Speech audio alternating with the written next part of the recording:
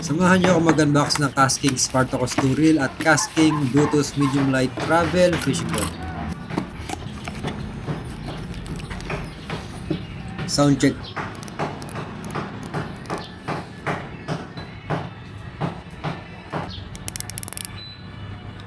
Yes, sir.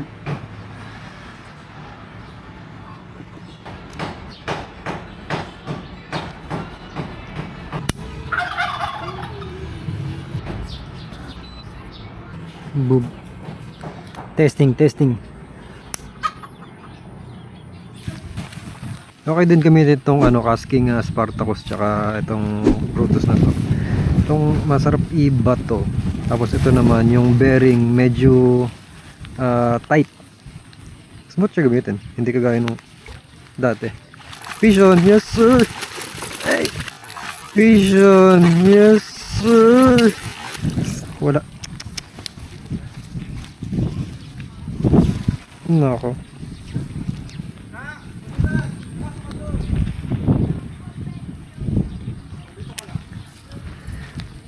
Yeah, so smooth gamitin to. Parang tightly pack yung bearing, hindi kagaya nung dati.